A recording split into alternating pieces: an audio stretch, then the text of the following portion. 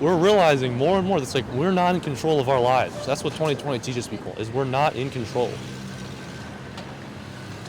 You are but a mist that is here today and gone tomorrow. Father, Son, Holy Spirit, you have to believe what it says, that Jesus Christ is God over all, blessed forever, in Romans 9, verse 5. Now, if you believe that Jesus is God... I'm Jeremy Chong. I'm 21 years old. I'm from Morningside Heights, and I'm an evangelist. If you live in New York, you see tons of people all the time. And I really care about people. I don't want anybody to end up in hell.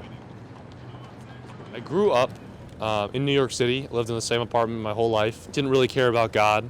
At the end of my freshman year at high school, I ended up taking this pot brownie. I ended up getting really sick and hallucinating and got in a lot of trouble with my parents.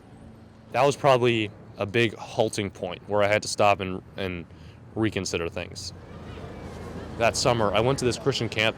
On the last day of that camp, I saw one of my friends get baptized. Basically at that moment, something changed. Or that night, I guess, I was resolved. It's like, I'm going to follow Jesus for the rest of my life. How can you believe if I tell you heavenly things? No one has ascended into heaven, except he who descended from heaven, the Son of Man. And as Moses lifted up the serpent in the wilderness, so must the Son of Man be lifted up.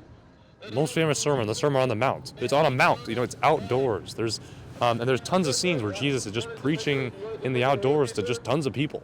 Heralding, proclaiming, and there's something powerful about it, and it's foolish. Whosoever believes in him. That's okay, that's actually the point.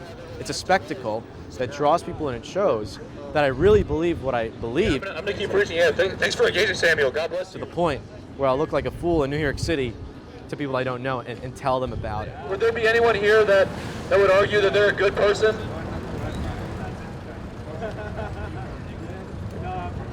It's okay if there's none.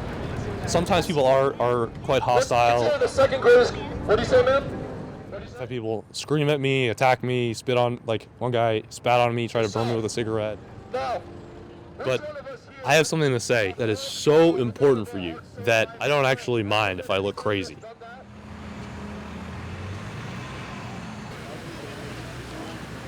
So over the years, I've gotten to meet a good amount of like-minded friends that also are into evangelism, and many of whom I've gone out to do evangelism with. That's been really encouraging. It's really lonely to just, when I started doing this on my own.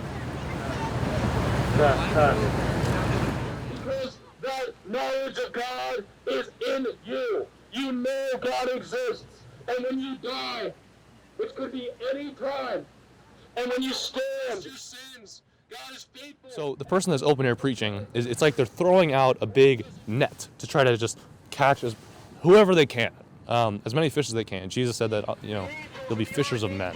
But the person that's having those conversations on the side, it's like they see the fish that they want, and they have the line, and they're just, they're just going for that exact fish. One of these yet? Would you like one? A little bit more, I guess, personalized, and gives you more of a chance to listen to where they're coming from.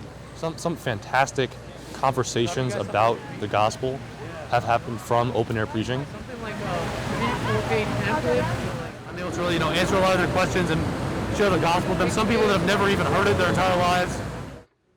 I understand that, some open air preachers do have earned themselves quite a bad reputation. But it's people blasting their music all the time, people getting up, having big rallies, protesting in the street, chanting, like all kinds of stuff. That's one of the cool things about New York, just that there's so much life.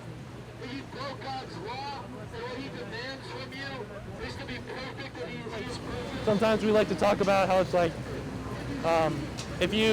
we're so focused on Christmas trees, but let me turn your attention to the most important tree you need to be thinking about now, and that's the one that Jesus was nailed to, so that people like you can be saved. God bless you.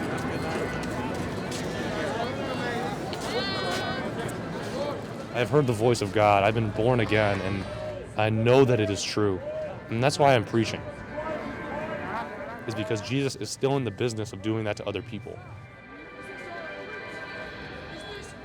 Every single one of his sheep will be born again, will believe the message and follow him. So what I'm doing when I preach on the street has a 100% success rate. Can I have you something to read, sir? Can I have you something to read, man? God bless you. Can I have you something to read, sir?